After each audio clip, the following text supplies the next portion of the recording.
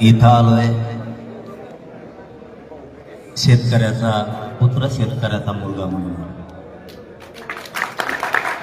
मी कधी माझी बाजू लपून ठेवत नाही.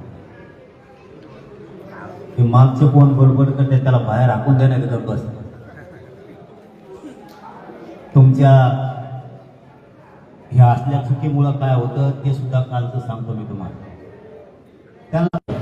त्यावेळेस त्यांनी जर तिकडं तो समजून घेतला तर आपल्याला भूमिका कळतील. उदाहरण म्हणून सांगतो, याला जोडू नका इकडं तिकडं. मुंबईत आम्ही लाखानं गेलो, पोरं शांत ऐकत होते काय विषय, पुढं काय करायचं ठरलंय, आता काय करायचं ठरलंय आणि संध्याकाळी काय सांगणार आहे. नंतरच्या वेळेत ते कुंकड जात होते, त्यांनाच माहित, तुम्ही पण बघितलं.